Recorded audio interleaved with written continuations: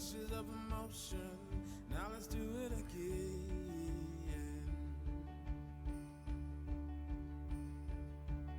There's sweetness and adventure without a venture. TV's got your mind stuck on good reality. We are young, 'cause our soul is warm.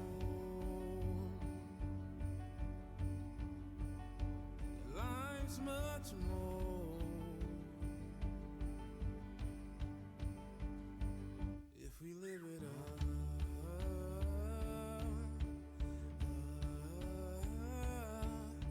Life is all on schedule, but dead's forever. I send my condolences to the side of the drive.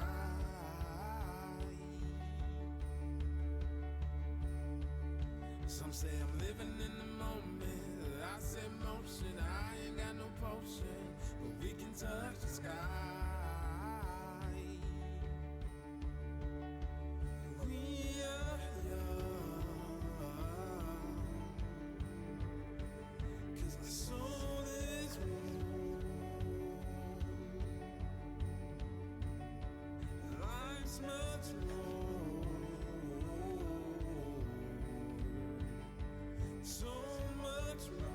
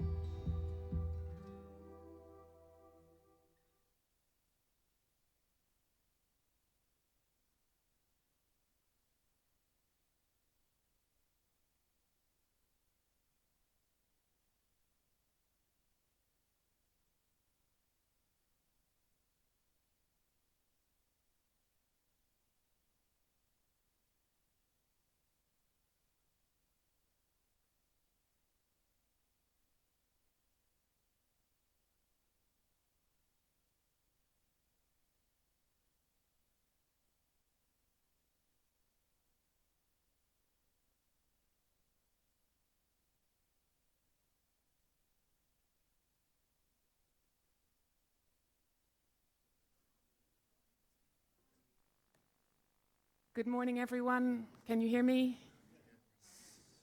Hello, good morning, and welcome to this session. My name is Nora Clinton, and I work as the Higher Education Network Manager at the Ellen MacArthur Foundation, whose mission it is to accelerate the transition to a circular economy. So I'm delighted to be the moderator of this session with you, in which we are going to look at how we can integrate circular economy into lifelong learning. And by lifelong learning, we are referring to learning which happens at all stages during our lives, from childhood to adulthood, through our formal education systems of schools, colleges, universities, through to learning in our work, in our everyday lives, and also in professional development. So education and learning have been mentioned on various occasions yesterday, and it's really exciting to be in this room with you all in order to discuss this very important topic. What the main objective of today's session is obviously to discuss, but also to co-create. And what we want to do today is to co-create a vision of how we are actually going to do this. How are we going to integrate circular economy into lifelong learning?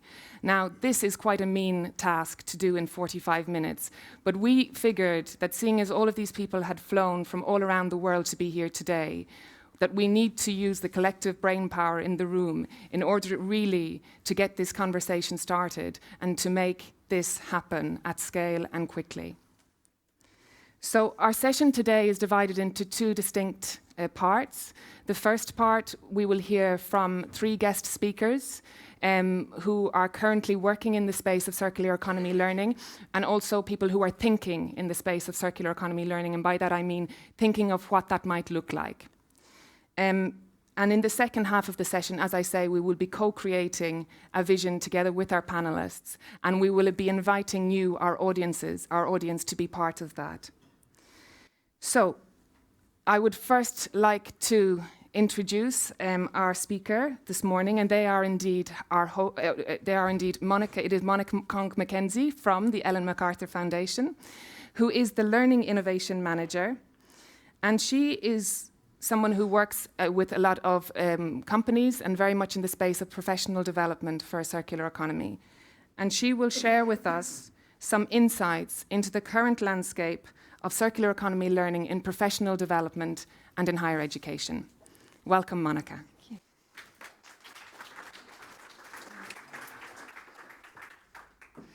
All right, good morning, everybody. As Nora said, my name is Monica, and I work with Nora in the learning team. And so I'm working in professional learning, and what that means is I work with the business network of the foundation as well as the global partners to identify suitable learning pathways for them. But I also work within the learning team, and within the learning team what we're doing is we're creating and informing learning resources, toolkits, and learning experiences that help people understand the circular economy better and are able and help them to better apply and create circular solutions at scale. So speaking of the professional learning and the higher education, I don't have slides.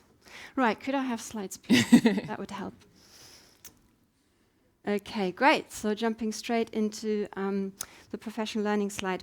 So when I mention here professional learning, what I mean with professional learning is anything that's available online or face-to-face to develop capacities, to help educate people that's provided either within the companies or by other learning providers. And professional learning is at its best, really, when it develops competencies. And when I speak of competencies, I mean knowledge and skills or the right attitude to transition towards a circular economy. So, so we see an increase in companies embracing circular economy. And this is really for them to become future-proof, to remain a competitive advantage and be innovative in that space. So there is definitely need to scale awareness within the companies, and companies play a big role in making that happen, to educate and upskill their people, and so a number of our global partners, for example, provide online learning resources or learning opportunities accessible to all employees. And there are also examples of some global partners including sustainability or circular economy topics in their top leadership programs. So the most effective way to learn about circular economy seems to be when it's integrated in people's work context or working on concrete challenges. So for example, Danone has created a packaging policy and created fact books for all the business units around details that help people to better understand how to change their work around the packaging. We also see the development of competency frameworks, but this is really still very early stage, and we'd love to see more in that domain because we acknowledge that it would be really helpful, both to companies but also in higher education. And another development that is really great to see is that more peer-to-peer engagement processes are emerging and community building activities. So for example, in Philips, there are active community of practice groups for different business functions. And another of our global partner uses Google Plus groups to invite all employees, once they have completed a circular economy virtual training, so that they can continue to stay engaged on that topic and have circular economy related topics in the conversations. So moving on to moving on to learning in higher education. So learning in higher education is anything that's provided online or face-to-face, that are offered by academia, that can then result in a degree, but doesn't have to necessarily. So here we see an emergence of explicit CE learning offerings. And last year we conducted a research where we could see that over 138 institutions globally are offering explicit learning offerings in circular economy, and in particular the Netherlands and Finland are hotspots, but also the UK is featuring quite highly here. There's less of a focus, now starting with a large focus, there's a large focus on resource use and waste, life cycle assessment, circular business models, design and social aspects. And less of a focus on the role of policy, digital technology, and circular economy as a response to environmental issues. Another positive development is the massive increase in MOOCs, or massive open online courses. So for example, TU Delft has, I think, probably kicked it off with having their introduction to circular economy MOOC, and since that was introduced, over 30,000 users have been introduced to that. But building on this, last year they also created a deep dive on sustainable packaging in a circular economy. So this is definitely quite an emerging space here. But one thing to bear in mind, and I think you keep hearing that over and over again from yesterday, but also today in the session, is that implementing a circular economy really requires a multidisciplinary approach. And we would like to see this spanning disciplines more extensively in the learning environment. So Scalable content and tools is what we really like in the foundation. And so our approach to date has been to create online and scalable open access content. And we believe that this is the best approach to help people transition to a circular economy. And also do that in their own sphere and own working environment and be able to adapt that where they are. So we use channels such as Kumu, YouTube, and iTunes U to provide access to content for course creation. And here you see some of the tools and content that we created. So for example, the Circular Design Guide, an online toolkit that helps innovators create more creative solutions for the circular economy. Then we have the Action Learning Set Toolkit, which was recently launched and provides people with a structured learning method to address complex issues together. And lastly, the Circular Economy in Cities suite of online resources provides a reference point for urban policymakers. So, moving on, challenge-based learning. So circular economy is being recognized as a solutions-focused pathway for change and being presented to students and learners as such in an action-oriented approach. So in this note, when we are seeing an emergence of challenge-based awards, and where the focus is really to looking at solving real-world problems with a stronger action orientation mindset. And in the student challenge space, we have, for example, the MIT Solve Global Challenge. So the challenge here was to ask the question, how can people create and consume goods that are renewable, repairable, reusable, and recyclable? Or another example, the Royal Society of the Arts award. There's a student design award that has currently challenged students to design a product or service or system that uses circular design principles to make emergency medical care more effective. And lastly, mentioning the Action Learning Set Toolkit again. I mentioned I recently launched it, so it's an all-time favorite for me right now. And that can help small groups of dedicated professionals to address company internal challenges together. So to sum it up,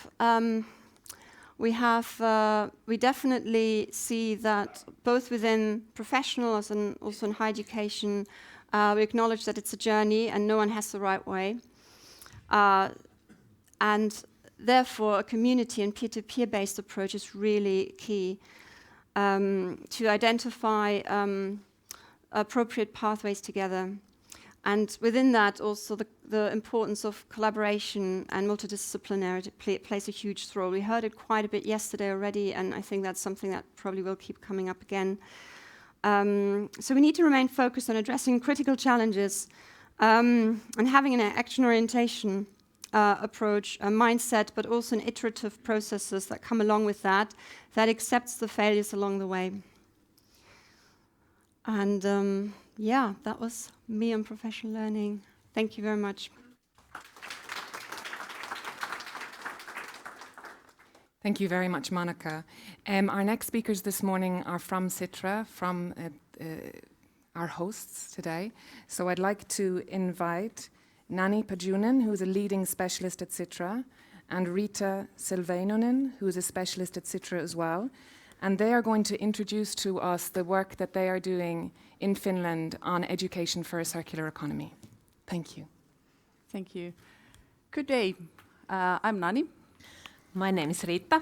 And we are so happy that we can be here with you today and discuss about education, because we see that this is really important to have education sector and research sector involved in this transition towards circular economy.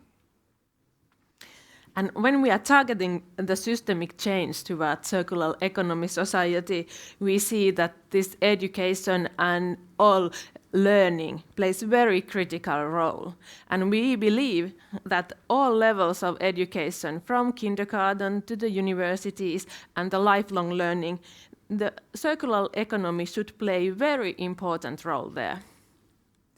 And when we started this work with education sector, it was said to us that it's really difficult to change the education system in a country, but even that it's difficult, we have to do it.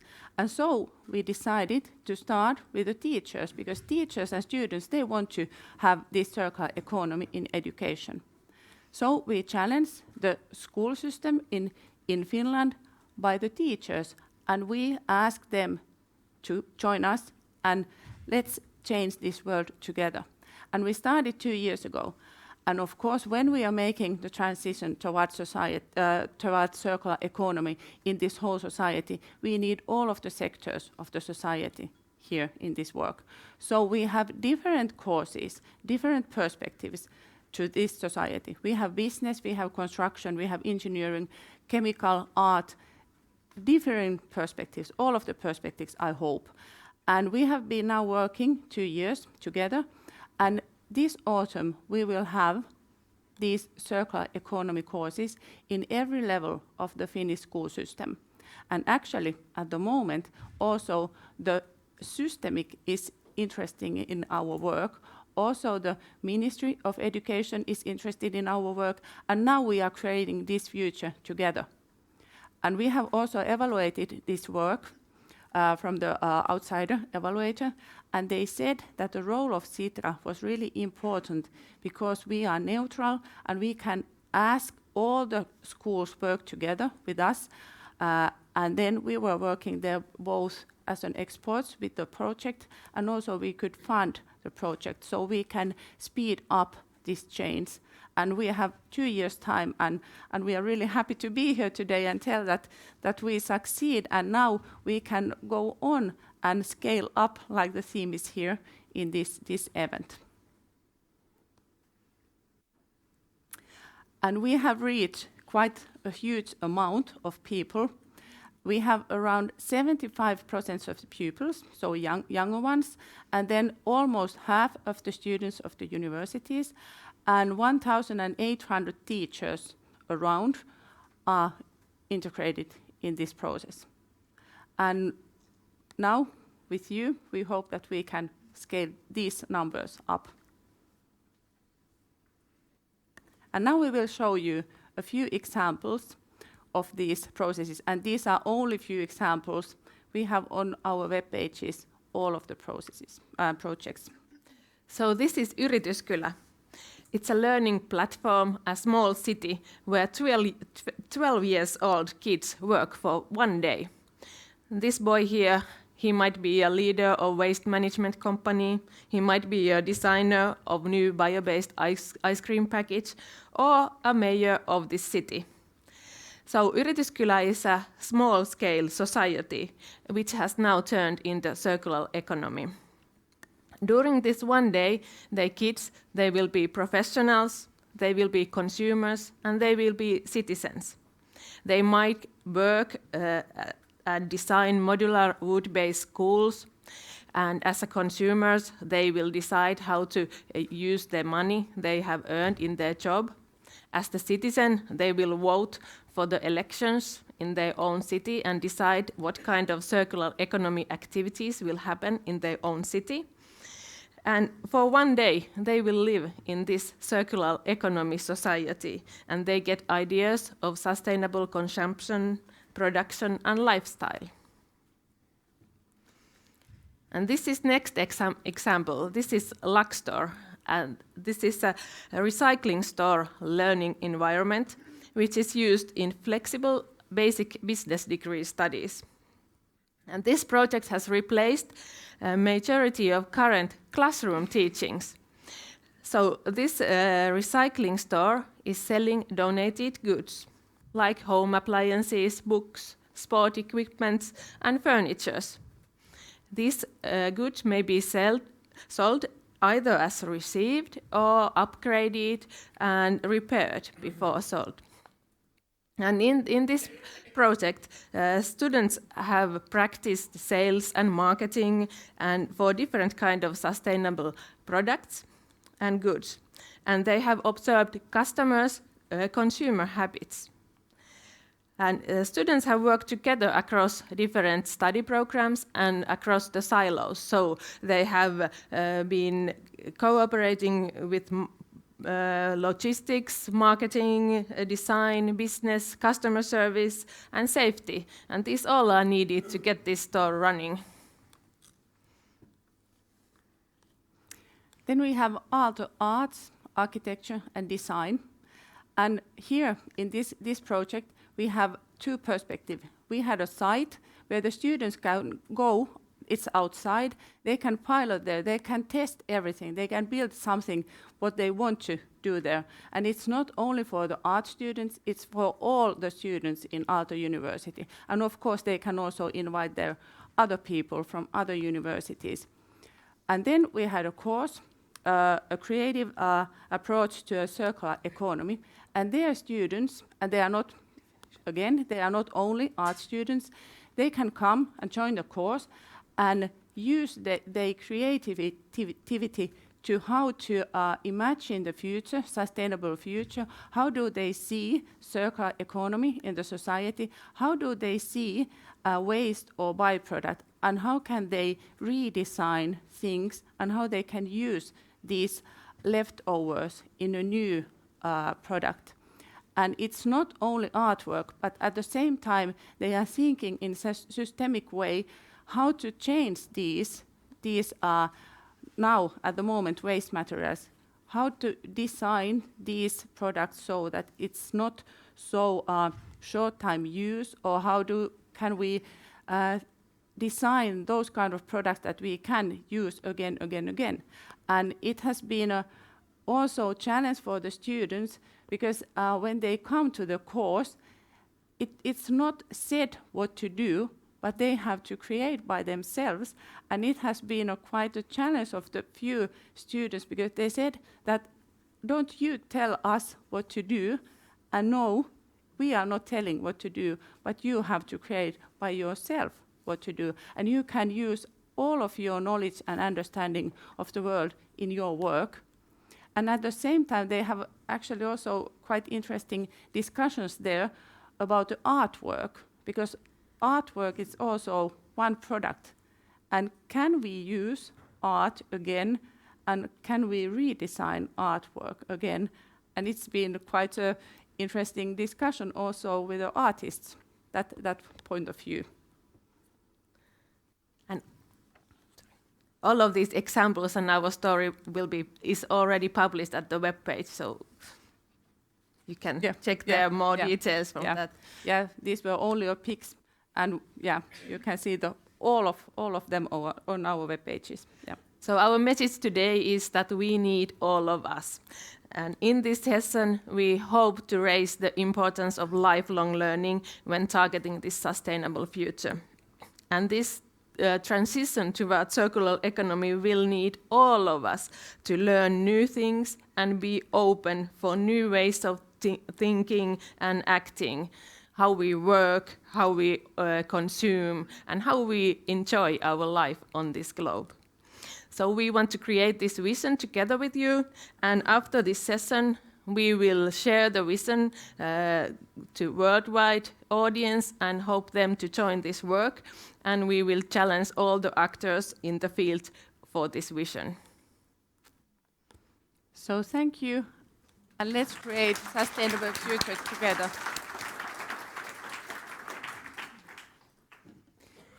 Thank you very much, Nani and Rita, and I think it's really inspiring to see the work that's going on in Finland. And as Monica pointed out earlier, Finland is really a hotspot for work and education for a circular economy. So it's great to see what's going on. Our final speaker today is Ken Webster, who is a senior lecturer at the University of Exeter's Centre for Circular Economy and a guest researcher at Linköping University in Sweden. Ken worked as the head of innovation at the Ellen MacArthur Foundation from 2010 till 2018, and he is widely recognized as a major contributor to the development and communication of ideas in the field of circular economy. So I'd like to welcome Ken to the stage.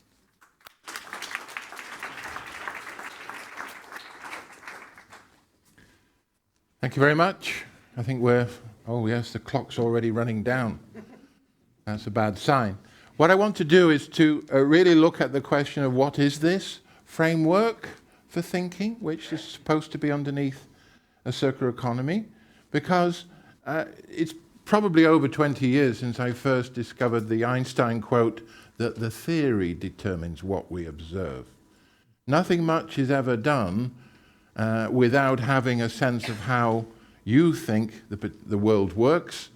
And it's even more important in a social sense. The writer Yuval Harari has often commented that how we work together as a society usually depends upon us sharing a myth, a story about what a more prosperous future will look like.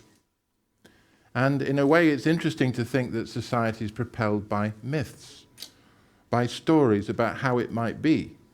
And yet, it seems to be incredibly powerful. So I wanted to see if there was something more substantial in looking at how the circular economy shares a framework for thinking which is very contemporary. So I'll try and do it through a practical exploration of a couple of ideas. This is your average circular economy thing. We all know that. You've got your linear economy and you've got your two cycles. Notice Many people don't even bother doing the 2 cycles, and they've already lost it if they don't.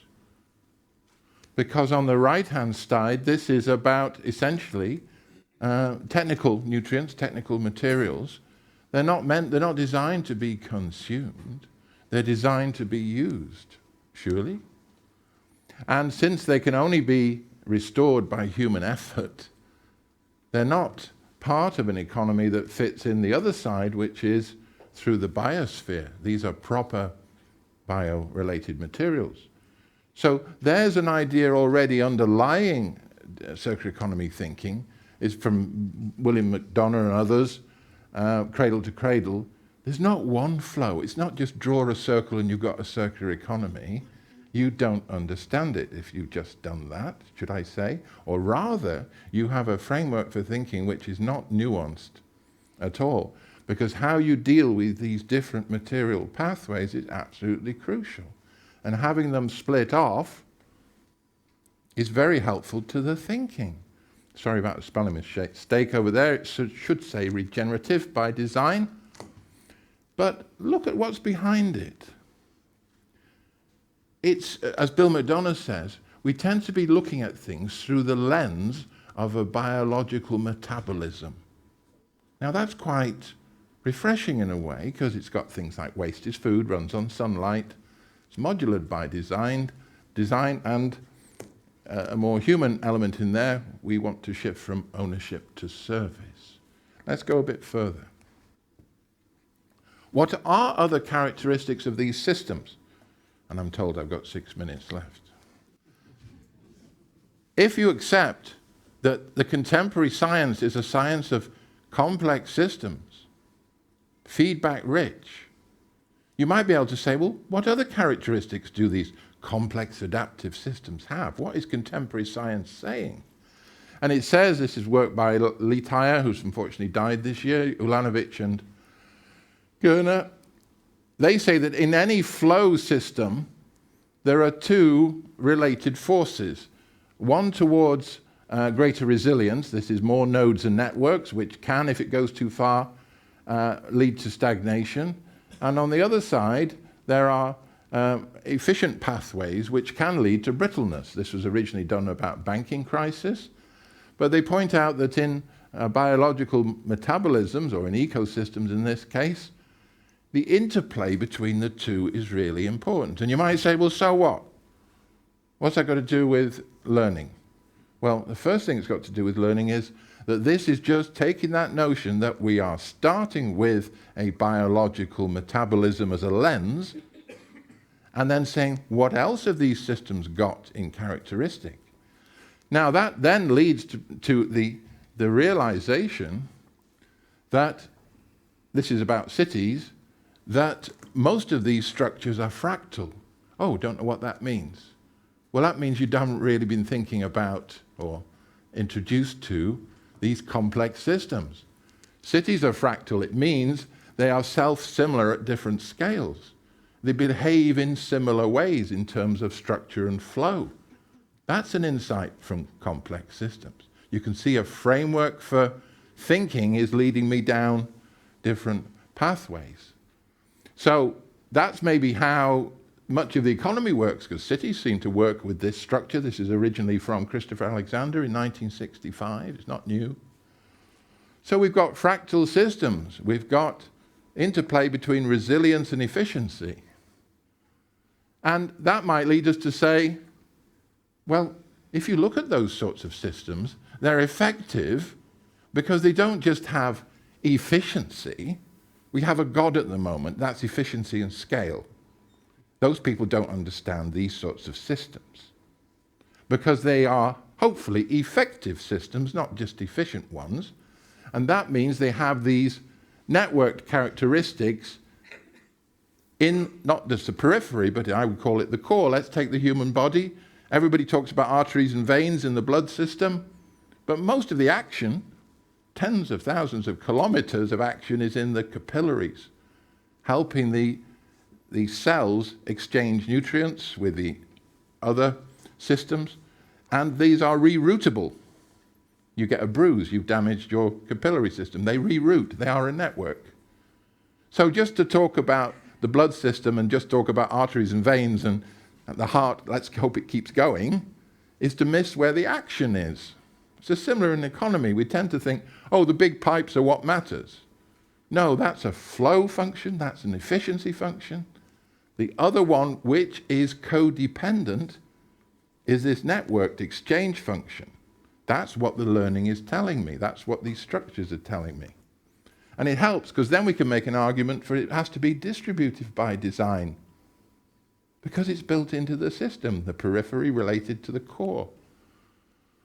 Now, back to Harari. Narratives based on world as machine or world seen through the lens of biological metabolism. It matters very much. Economic thought is traditionally very mechanistic. The economy is in long-run equilibrium. X marks the spot. It's deterministic. You can't beat the system, you have to fit. That's a mechanistic metaphor or grouping or analogy.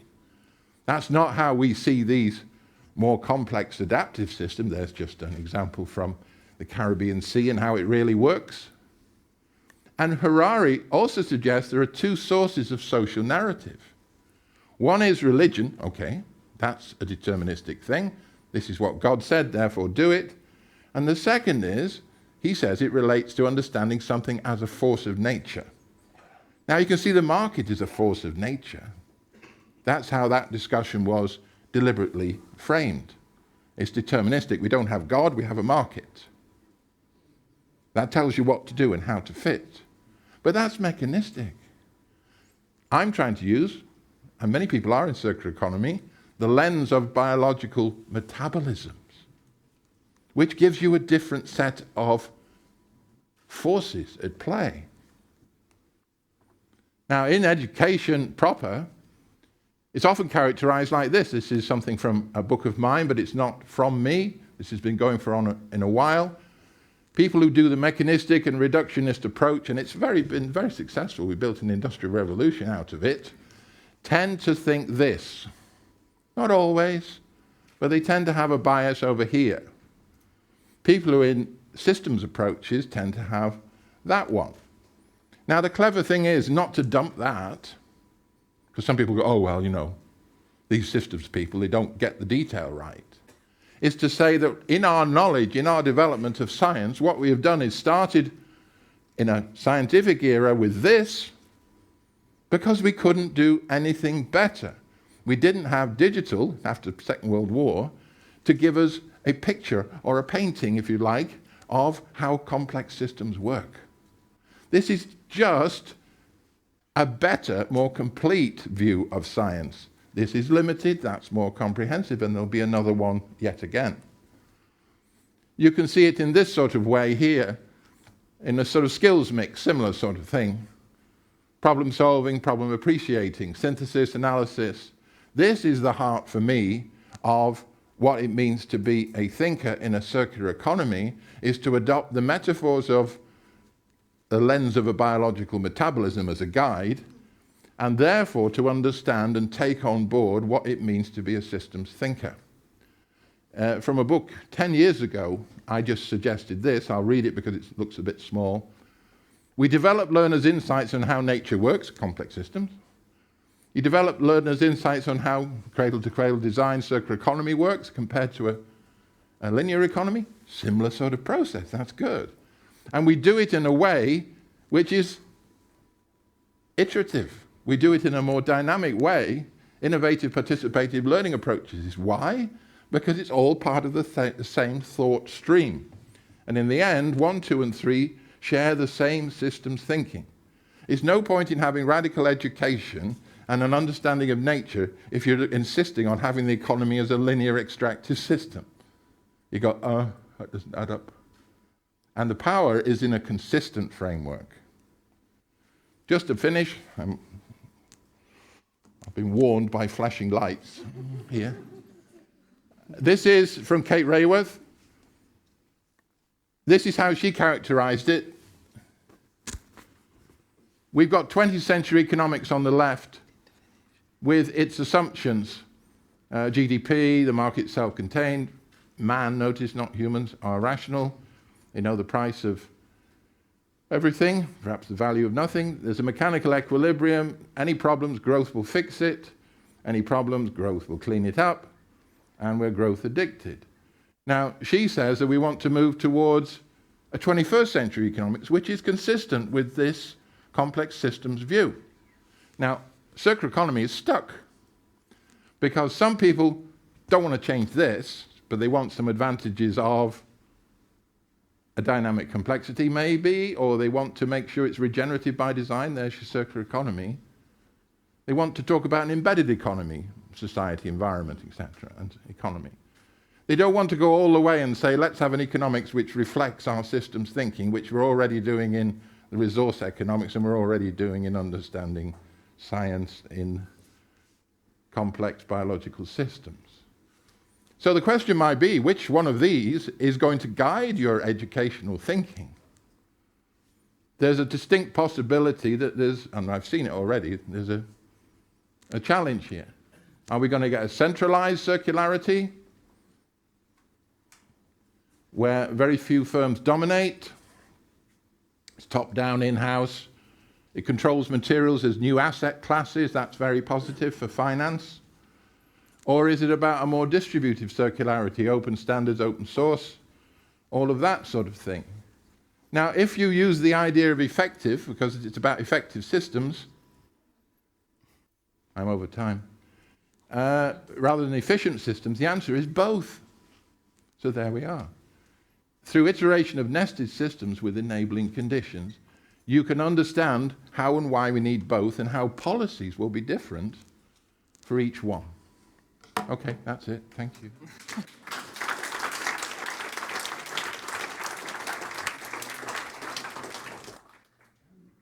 Our thanks to Ken, and as you have seen, he tends to open lots of doors and lots of questions, and so I think you'll be available later after this session, as a lot of the team, as usual, as a lot of the team will be to discuss further with you on what you're doing in your work.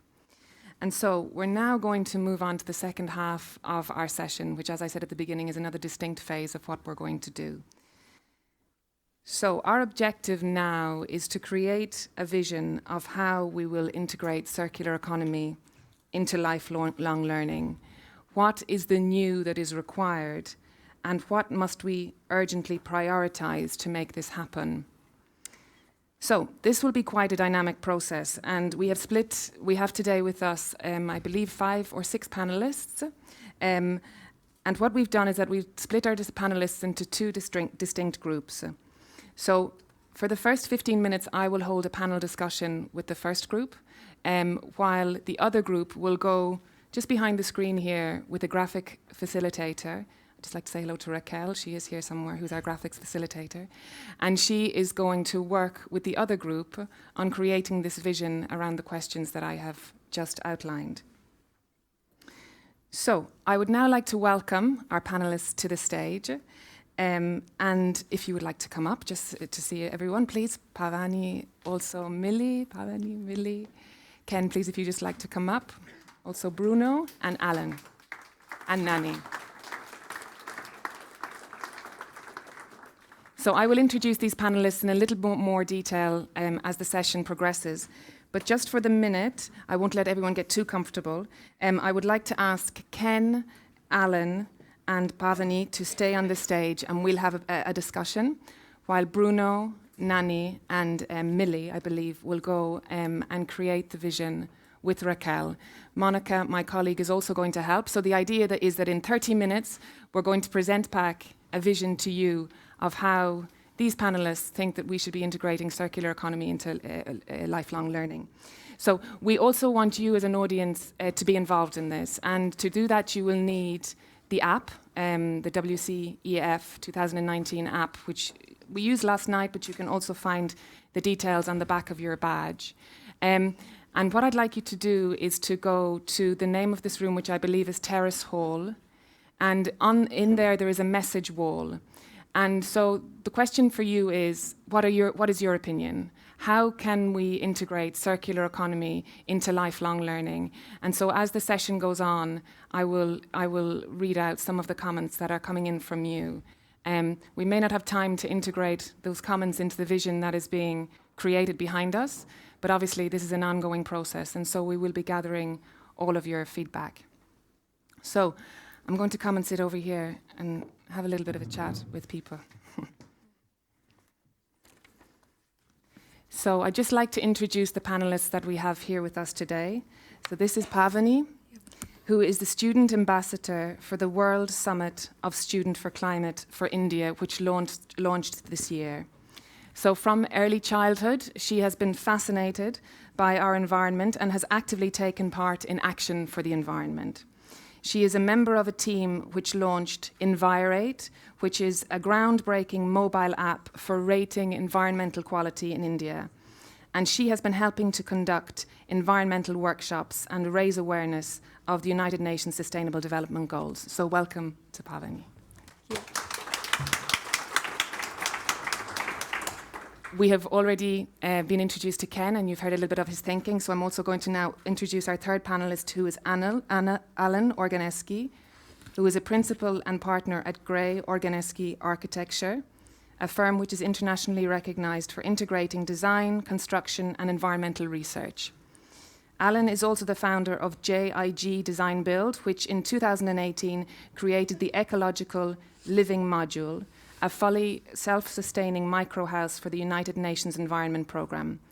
Alan is a member of the faculty team at the Yale School of Architecture, where he conducts advanced research into the adoption of bio-based building assemblies and circular economic construction practices. So we're just going to have a discussion with our panelists. So I'm going to start with you first, Alan. You've come the whole way from the States, and you've heard a few presentations this morning. As someone who works in this field, and we'll discuss a little bit later some of the course creation you have been working on, have you any first initial thoughts on what we've heard this morning?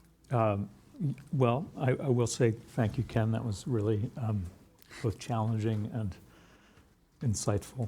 I would say the mechanistic systems of consumption in my field, the building sector, are well established across all sectors of society, all the global economy, spheres of political influence, culture. So I'm struck by the experience, but also by hearing it spoken about that first we have to unpack those systems. That lifelong learning will start with unlearning a lot of systems and approaches and modes of thought. And I think for me and my students who are trained in the sort of Vitruvian world of building for structure and utility and beauty, which is a little harder to identify what exactly that is, we have to add another criterion, which is sort of like the Hippocratic Oath, which is sort of everything that you do in service of those goals is designed to reintegrate, to do less, to be more regenerative, and to engage ecosystems in an optimized way. And I know that sounds mechanistic, but I guess I'd say that there are ecosystem services. We can employ them as part of our building system. There are impact reductions that we can find all along the supply chain of building. And then we can promote circularity and we can promote regenerative building. I think this means reinforcing transdisciplinary learning, first off. So I'm at the end of that sort of educational food chain. My students are the most advanced. They're graduate professional degree candidates in a terminal degree program. They are probably, in some senses, in the educational chain, the most fixed in their ideas about what education might be. And yet they have, as they enter into the professional world, they have the least stake in they're least vested in the systems that are already existing. So I think that they're open to being architectural design students and want to be concerned with the problems of making buildings, but they want to meet with foresters and work with them. They want to meet with industrial ecologists. They want to meet with public health and epidemiology experts. They want to talk to sociologists and psychologists to try to understand this dynamic iterative process that Ken has raised. So I think for me, the problem is sort of breaking things down and then expanding the system boundaries, not just of analysis, but action.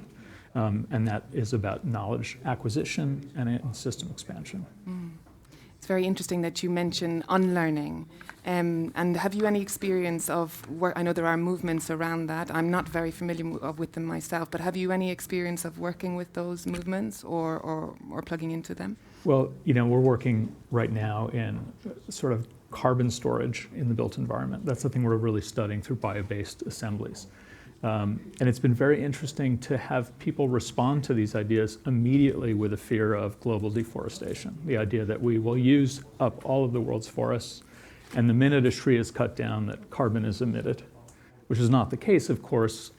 It's embedded in stored, and as long as we can make durable, flexible buildings, we can store.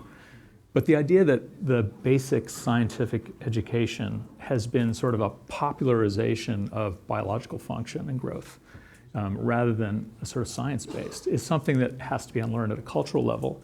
And then there are just systems embedded professionally in our work where we have to back out of procurement, material ideas about material sustainability, et cetera. So there's a lot of scales. This is a transcalar problem, from the molecular to the territorial.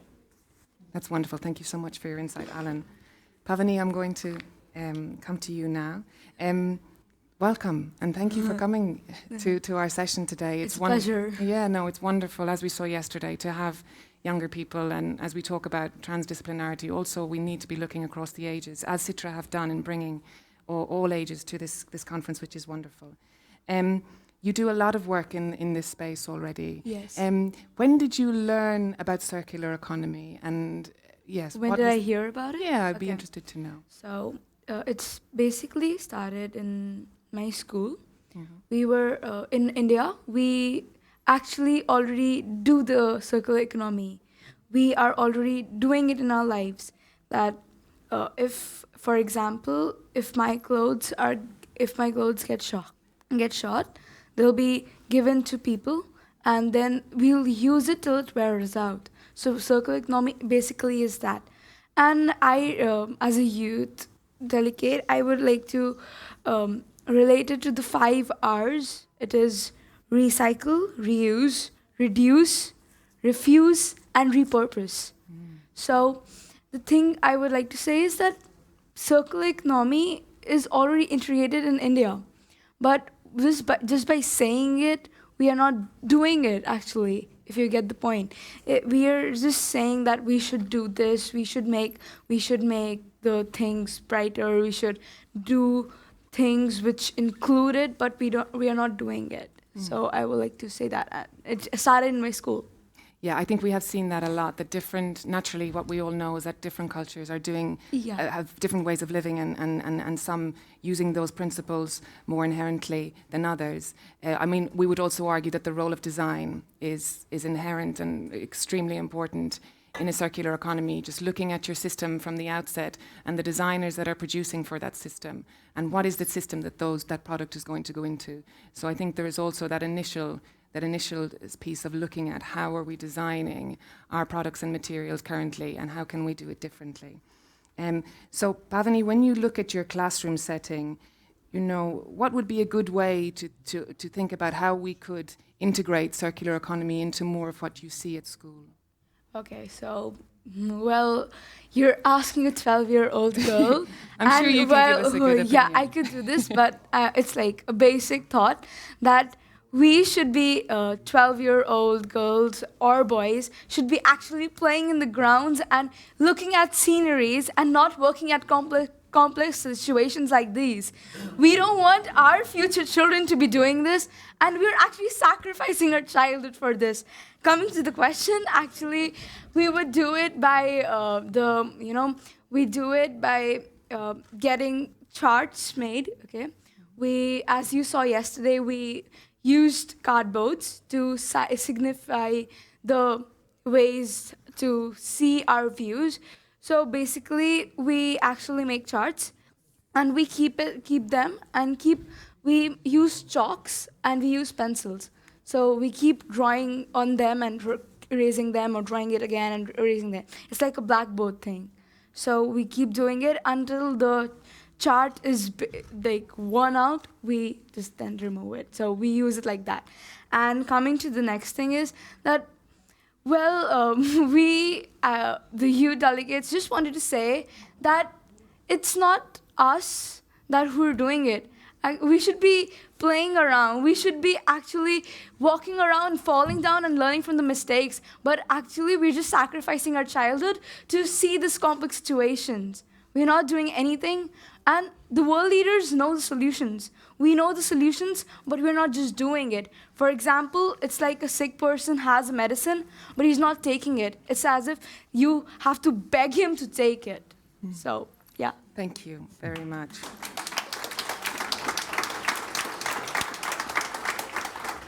So we have a few minutes left in this session, and I'm just going to look a little bit at the comments which you have really kindly provided. Thank you very much. I'm just going to read out a few. I think that's the fairest, seeing as, unfortunately, we were a little bit late getting the technology ready this morning, so I'm just going to give you a sense of what's coming in. Can you all see everyone else's replies, just so that I know this? Or can you just see what you put in? You can't see anything? No? Okay, I will read. So Katri, 4 minutes ago, said, everything starts with values in, I believe, society. So there are needed a central support for involving and educating people. Start with the whole education system seems to be the right way, as Finland have started that. And so really looking at the society level is what Katri is saying. Helenche, apologies for the pronunciation, says to change the linear educational system, we need to adjust what we learn, how we learn, where we are learning, and from whom and with whom we learn. Now that's really powerful and quite succinct, so well done to Helenche on that. And one here, which I might just, we have a few more minutes, Bailey has written, how does the need to reconnect with the natural world and create a sense of being a part of the earth need to be weaved into lifelong education? Are too many humans disconnected? And maybe I'll just come over to Ken and maybe on a point of that. Do you have anything to say maybe on that point? No. Unfortunately, yes, very quickly. If we understand the world more, as Bill Madonna says, through this lens of biological metabolism, we're effectively talking about ecosystems as well, and the idea that it's a regenerative and restorative by design. It spins off benefits for both living systems and for the economy and society. It is a different perspective, and so there's no question about where nature fits. It's central because you're using the idea of how nature works to inform lots of your decisions elsewhere. So taking your cue from living systems as for design and other processes does make you closer to nature in a sense that you value it more than you value just the machine. That would be my response. It's a long journey, but it is this turning it on its head in a way. Where do you take your insights from? Thank you, Ken. There's one more comment here, and actually I think this is an interesting one, and it's something that Nani from Citra was also very interested in, and it's from Sinead, and she says, to reach all parts of society, we should also engage those not in formal learning. And we actually had a discussion about this yesterday. You know, how does a policeman start to know and talk about a circular economy, or a nurse? And I'm interested in someone's thoughts on that. I don't know, Alan, if you have any thoughts. How do we do that? Is that about awareness raising? I think there's so many now mechanisms of communication that make it both very possible to expand people outside of the sort of proper educational, outside of the classroom, that it should be possible to sort of expose these ideas and to sort of, well, I guess expose the ideas and let people practice them, in a sense, in the way that they live, without necessarily having to be in an advanced graduate program. On the other hand, I think we are at risk because there's so much contested information that if you're not approaching it from a kind of conceptual standpoint, that you're just reading facts or factoids, then I think it's a little harder to know exactly what's right. I think that's something that we wrestle with all the time. There's so much different kinds of information that are answers to questions that we have to find a way to conceptualize all of these issues, as Ken raised, in order to understand how they work as systems. And so I would hope that people, through observation and experience, as Pavni has mentioned, can learn that. That's the hope. But I think there's a lot of noise and expertise which needs to be disabled and then unlearned. And then I think it's possible for a society to have a more holistic understanding of how it fits into a larger sort of ecosystem. Wonderful. That is really, really well articulated. Thank you so much, Alan. So it's time to get a bit dynamic again. We're going to ask this group to move to the visioning group to work with Monica and Raquel, and we're going to invite Bruno. They're deep in conversation. Bruno, Millie, and Nani to come to the stage. So if we'd like to give a round of applause to our panelists, please.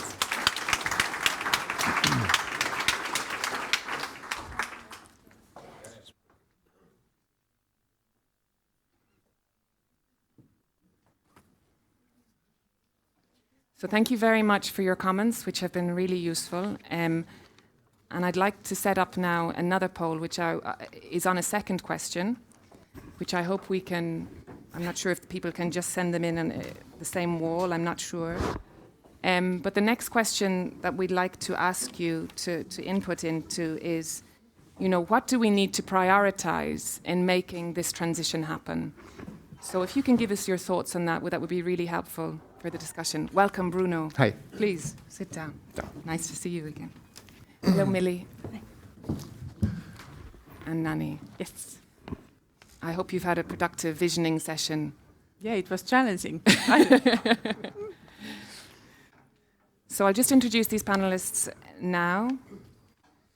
So first of all, I'd like to introduce Professor Bruno Oberle, who is the Professor and Chair of Green Economy and Resource Governance at EPFL, which is the Swiss Federal Institute of Technology in Lausanne.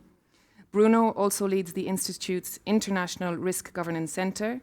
He has held roles as the Deputy Director of Switzerland's Federal Office for the Environment, Forests and Landscape, as well as the Director of the Federal Office for the Environment.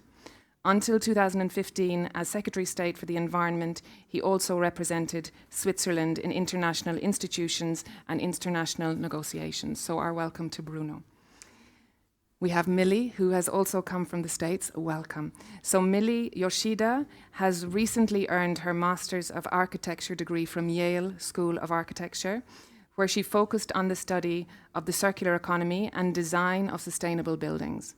Her project was nominated for the H.I. Feldman Award, in which, with her co-author, she designed a model for sustainable urban habitation using circular economy methods and mass timber construction. And we know Nani from earlier on. So if you'd like to give a round of applause to our panelists today.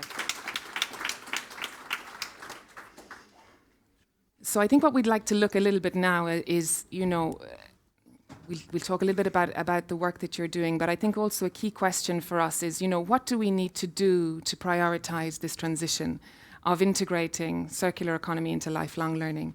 And Bruno, with your expertise from policy in the past, I'd like to gain your insight a little bit on what you think needs to happen in this instance. What we are facing is a fundamental change. Huh? It is not a small adjustment, it's a fundamental change. I think it's a misguided question. Switzerland, and I remember it's not a thing. It's not a thing to be packaged and stuck alongside other things. Mm-hmm. Now that's one. Sorry, just one second. We have Ken's mic on. We were getting some secret information there.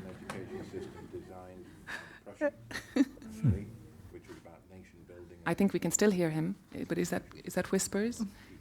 Is that whispers? That's fine. Sorry, Bruno. Okay. So, Switzerland was a very poor country in the 18th century. It was invaded by Napoleon. I will come to the point. It was invaded by Napoleon, and this was the starting point to create what we call a liberal societal system. Liberal in Switzerland means also economic responsibility. One party was mainly in charge of the state, the Liberal Party. What they decided in terms of education, nationalize all type of education that was not delivered by the state.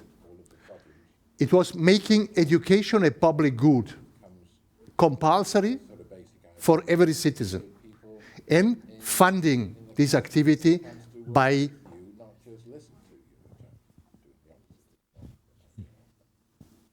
I will not repeat everything, but No, I think we heard quite a lot of it is making education compulsory, funding with public means, nationalizing all education institutions that were not aligned to this new vision of Switzerland.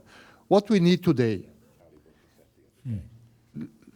lifelong education. We need compulsory obligation to educate themselves or to attend education, lifelong, for everyone. Public funding to deliver this education, and aligning all the educational institutions to this vision. This is a political move. This can be supported by private initiatives, by activity of groups, of firms, or of individuals, but the core responsible actor for the education is the state.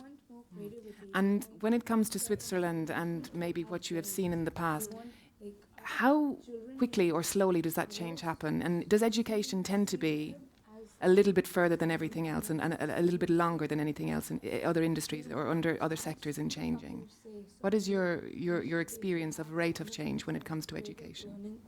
At that time, it was very quick. Okay. It was a political decision, top-down. They changed in a couple of years.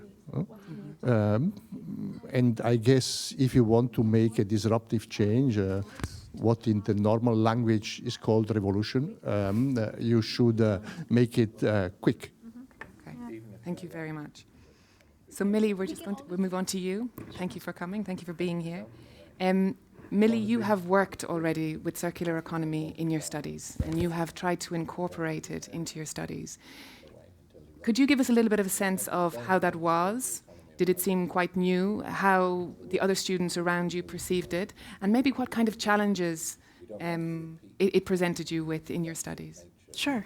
So, yes, coming from a very specific professional school in architecture, I've been in studios that emphasize NCE, which is very new in the U.S., and as well as architecture design studios that are very focused on outcomes and just designing beautiful buildings. So, having experienced both, I believe that we're in our schools, we're learning techniques for constructions and technologies to design green buildings, but I don't think there's enough emphasis on the how and how to accomplish this. So including studying where the materials of constructions come from, the energy expenditure that's involved in the process, and buildings' durability in climate conditions, and all these sorts of things that addresses the lifespan of a building that you're designing instead of focusing the outcome. Unless you have anything. So I think this requires a broader understanding of the forces at play. I'll just say I fear the compulsion. So in terms of education, I think that an emphasis on exposure to multiple disciplines and pedagogical methods are key to offer knowledge and insight what it takes to operate in a circular economy, and understanding forces outside of your discipline to make a difference. So for example, in architecture school, we're exposed to different facets of built environments, including urban planning, landscape, real estate, environmental impact, and technology. It's all critical to design for an increasingly inclusive community and society. And I guess a final example would be, so in our circular economy studio, we collaborated with the Aalto University to come up with the collective research knowledge and idea of where this might be heading in terms of architecture and built environments. And I know collaboration has been a key word in the past couple of days. But I think that in doing this exchange between U.S. and between Yale and Aalto, it's exposed us to inherent pedagogical differences between the U.S. and Finnish education systems that really forced us to look back at our own systems and ask critical questions that haven't been asked yet. I'm going to come in there on 2 points, and the first one is around the transdiscipline approach, which we feel is quite crucial regarding circularity. In Yale, could you give us a sense, is that common now? Because I do get a sense that this idea of learning together and across disciplines is growing, even though I don't know how much. Could you give us a sense, in Yale, is that something that's done quite normally? Is that the standard way of working? I would say it's starting. So Yale actually has a school of forestry that the School of Architecture often, frequently interacts with and exchange resources of ideas and collective projects. And I think in the future, they're coming up with more and more projects that involve outside foreign institutions in England and in Finland and maybe possibly Japan. And so expanding outside of this sort of, private university bubble is, I think, key for our growth. Wonderful. And on that note, we'll come to Nanny, because Nanny, you have been quite instrumental in making this collaboration between Yale and Aalto University happen. So I believe that, this course that has been developed by Aalto and Yale has come from one of the CITRA programs. Can you give us a sense of, how you think collaboration is important, and even collaboration across borders, especially maybe sharing some of the insights and knowledges which are coming out from your quite pioneering projects in Finland? What is your thought on, how can we share this information and knowledge? When we started our program in education, we asked all of the schools create some kind of consortium.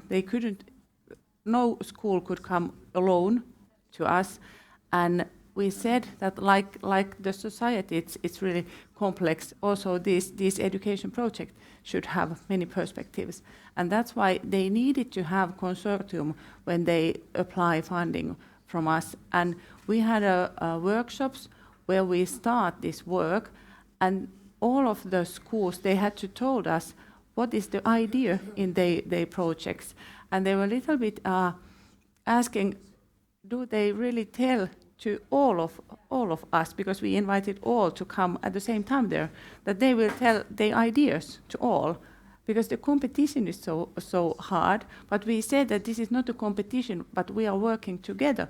But when you tell your ideas, you see that we are not going to fund same idea twice, but you all can share your ideas, and then you can maybe build a bigger consortium and share also there your knowledge and understanding and work together. And actually, when they saw our way of doing, we have had many workshops after since, and we have been working together. All of those, we have 25 ongoing projects still, and there are, like we presented, we have almost all of the universities in Finland and University of Applied Sciences and many other schools there together. So we have a huge amount of teachers and schools there, and they started to work together already in the beginning of this program. Together. Yeah. It's been very exciting to see. So I'm just going to go to some of the comments which have coming in online and check my time as well. So Katri, who's just sent in a few seconds ago, I'm not sure if Katri is a lady, I'm imagining so. If not, I apologize. Her reply, she says, agree that there is a needed political focus and support.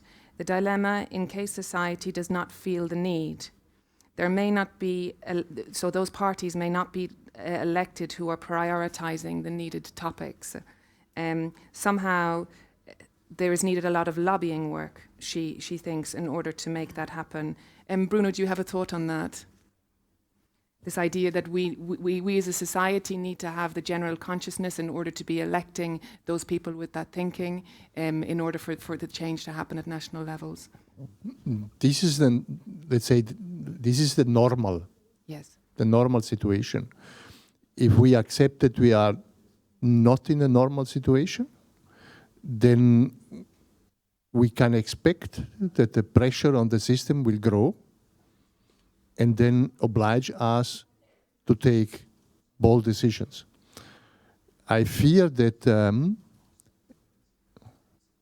as a society, in particular in the western part of the world, we will have to wait till we feel the catastrophe, and then we will change. In other parts of the world, these changes, this quick development are already ongoing today, and they are maybe for the future of the planet more important than we in Europe. Okay, thank you very much. There are a few other comments coming in, but I just don't have time to look at them right now, but hopefully we'll reach them later.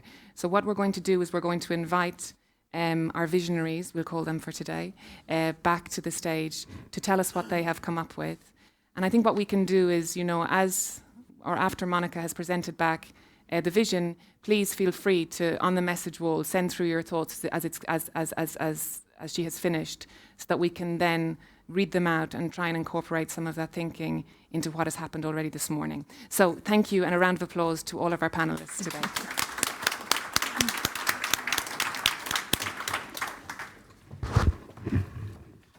Wonderful, thank you.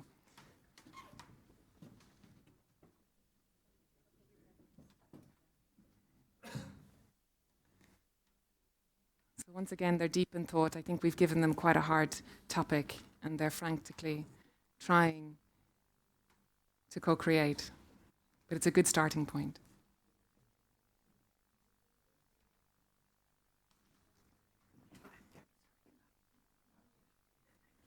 I'm just going to read out some of the other comments that have come through on that question around what do we need to prioritize in order to make this transition happen. Someone said, do we need more regulations for companies in order for them to share their data more openly? Tony, 9 minutes ago, said, many university systems for creating new learning modules, degrees, etc., are slow-moving and more reactive than proactive. We need heads of universities to be more enabling of proactive, multidisciplinary learning and even multi-university collaborations for CE learning. Thank you very much for that comment. I think that's quite comprehensive. Cynthia says, we need open value networks, digitized, open-sourced solutions, multilingual access, development of the commons, and incentivized learning. So I think there's a lot there in the open source space around learning and sharing. Joel just thinks that we all need to think outside of the box, which is something that I think is good to do every day, and not just today. Yes, and Jack says that for lifelong learning, we need to change the content and I think and containing of education. I'm imagining he means how we educate. Okay, so thank you. Welcome back. And now I'm going to pass over to Monica. I'm not sure if Raquel is with you as well. And yes, she's here. And they're going to show you what the team have been working on. So thank you, Monica, Raquel. All right. Hello. Okay. Oh, wow, I'm seeing it for the first time too now. That's great. Yes, so let's summarize it. There's quite a lot of big questions in very little time. So you might maybe see some of loose ends here rather than a coherent narrative that has all the answers. But yeah, I guess a couple of questions that came up initially were, will it be compulsory? Will it be a right or an obligation? Was the question that came up initially, and then just really the understanding that it will take time and resources and funds and some of the more practicalities where these funds would come from. And I suppose there was also different angles how to approach that, because there's certainly an angle looking at education, but then an angle looking at jobs, and then also like what's outside of that sphere in the sort of public domain, you know, would that be campaigns, or how do we spread information, and how much information is needed, and how much is that integrated into what's already happening, like just learning a different way about things rather than learning something separate, like a new topic. But there was also then the question of, well, not a question, but rather the notion of, you know, making it compulsory. There's a fear maybe like, oh, if it is compulsory, it feels a bit oppressive as well. So in terms of some of the other ideas that came up was around, particularly as a starting point, was that we need a different framework to begin with, and that's referring back to Ken's presentation of, you know, is it the right hand or the left hand in terms of the educational approaches that we could use, but also like what's the narrative overall. So I don't think that only applies to schools or education, it also applies to just the way we, you know, we tell stories around what we do. Which was interesting towards the end. What came up was to look at how do we revert everything that we do back to the environmental kind of needs, or the boundaries that we see, like whether these are policies, regulations, the rules of society almost. There was a question on how to activate people. And the major challenge we're facing here is that we know what we are up against, or many do, but we don't know what we want to walk towards. So this will remain, I suppose, a challenge that we have to deal with. Right.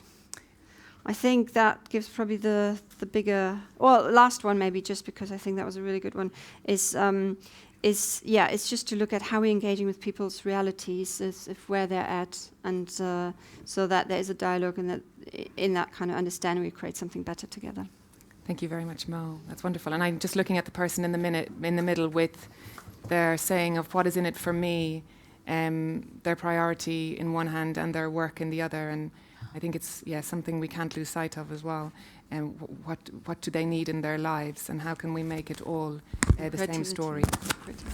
Sorry. And the notion of creativity, like having creative approaches and instilling that in children right from the get-go. Oh yeah, I see this up on the top. Using imagination and yeah. Oh, wonderful. Okay, so reinstilling that creativity and learning. Okay, thank you very much. So we are nearing the end of our session, but before I do that, we have also a member of the UN Environment team here in the office. In the audience. I'm obviously always in the office. Lorenk Mila Ilcanales, who is the head of the Life Cycle Initiative.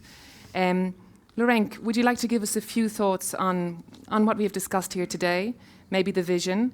And I think this question, the same question that we've given to Bruno, you know, what do we need to prioritize next in really integrating circular economy into lifelong learning? So we have a mic for you here. Thank you. Thank you very much, Nora, and thanks all for taking some time to hear some of the thoughts which I've been mainly gathering through the session today, and I'll also bring some of my colleagues. I'm not an expert in education, I have to say, I have to warn you from the start. But in terms of priorities, I think one key message that I think is coming through all these discussions is we're talking economy here. And I think we also have to go back to the basics. What is economy, at least in the initial meaning of things, of it's managing the household, it's managing the house, the oikos, right? And the house is the planet here. So I think we need to consider that some of the concepts, the values that we're trying to embed in this lifelong learning for circular economy, we need a bit of a global agreement on this. So I just also wanted to step in and not kind of claim, hey, you know, consider the UN, but at least consider these global initiatives and institutions where we can at least agree on what are the key concepts and how and why do we want to make this happen. Because I think this is then a surer way to then get these concepts across to the national levels. So kind of providing this kind of normative or directional meaning of what concepts. We learned a lot about some of the concepts that need to be brought there, and some of these key concepts and values as well need to be brought in from the early age. We need to create the values of sharing, of, well, you know, it's not that one people has to be dominating for the whole world at the cost of the other people. So we need to create these values very, very early on, but then keep insisting them through lifelong learning. Some of the concepts are also extremely important, and I think we also need to define here, so what is the kind of economy that we want? And I think, well, particularly Ken provided, I think, quite a good overview of at least the decisions that we need to make, because maybe we cannot have everything, we need to pick the best of both worlds, but it's not an obvious choice. And then from this, the key point as well is that all actors in the economy need to take an action on this. All of us are actors in making decisions. We need to want to make the right decisions based on the concepts and values that I mentioned, but also we need to have the information available on what are the footprints, what are the impacts of different decisions. So of course then making those will be a bit easier. And I just wanted to make one last point. I haven't heard much about media. And I think we know about formal and informal education. Perhaps we're less aware that we're educated all the time through this continuous stream of information that we get in movies, that we get in ads, in advertisements. I think we also need to bring this actor onto the plate. And if we want this constant stream of messages to go in the direction of circular economy, well, we need to see that as well in our heroes in the movies, because, well, I think they also have a big influence regardless of we want it or not. The other one I didn't mention yet is also culture and religion. I mean, this has appeared as well a bit. This is a big source of educational values, in particular religions. So I think also bringing these different perspectives, these different cultural perspectives, and knowing that we can all share some common values that have to point towards this shared circular economy, that's also very important. So hope that was useful. That was very useful. Thank you very much, Lorenka. And I think what you said there also about the role of media, so I'll give that back. Also quite crucial, you're right, and we didn't mention it this morning, and I know some of your colleagues at the UN are working to integrate more environmental awareness into video games, for example. So when kids are playing video games, which they all want to do and which they all do, how do we bring that thinking into something that they really enjoy doing? So we have a few minutes left of our session today, and I think the last question for us all, in order to try and feel empowered, is, what can I do? And I'm going to just pass this over a little bit to our panelists. And I know that a lot of people are doing things in this already. But yeah, maybe if I take Alan, what do you think as we as individuals can do? You've got no more mic. Maybe you have We can activate it. Does it work? Wonderful. Yeah, what can we all do in our everyday lives? I mean, obviously you're working in this space already, and you're already creating courses on circular economy. Well, I think it seems almost intractable to me, to be honest. There are so many things to think about and learn and experience. I think the value of media and entertainment is extremely important in all of our lives, and I wouldn't want to take that away. But I also wish people were a little more aware of their environments. Okay. In some senses, the most successful educational programs that I've been involved in, even with young children, is project-based learning, where you study any possible form or discipline through the lens of one thing. Yes. A city. What is a wall? Socially, how many windows are there, and patterns, all these kinds of things. And I think environmental learning is like that. It needs exposure. It needs to be reinforced through a lot of different disciplinary lenses. And that's not like school stuff. That's just going out, thinking, experiencing things, getting off the computer, which I spend too much time on. And I think that the very sources of media that we are exposed to are also tools that disembody us from the experience of environment. Okay. And so they are means of communication, but they are also entrapment. Okay, thank you for your perspective. And I think maybe just with the last remaining time we have, there could potentially be, is there a burning question in the audience? Would anyone like to pose? Oh, we do, wonderful, thank you. unfortunately, I couldn't participate with the app because my smartphone is, I use it so long, it doesn't work anymore with the app. Send me your question? So, I came too late, sorry for it, but I was asking myself in which kind of, if you use also the knowledge of environmental psychologists, because that helps a lot, and I could tell something later to people who are interested in. Okay, environmental psychology, to incorporate that in. Does anyone else have a question for our panelists now? No, it looks like we have exhausted all the possibilities. Okay, wonderful. So I think we will close the session on this note. We would like to thank you very much for coming to our session. What we are going to do is that we're going to use and further expand. I know Nani is looking to use this vision and further expand on it. And we're interested in ideas of, how we might do that and what we might do with that vision and who are we going to send it to. We need an action approach. So we and the panelists will be available upstairs in the Citra Lounge for the next hour or so, should anyone want to come and talk to us about any of the topics that have been discussed today and how we might move forward in integrating a circular economy into lifelong learning. So thank you very much to all of our panelists, I think, and speakers today.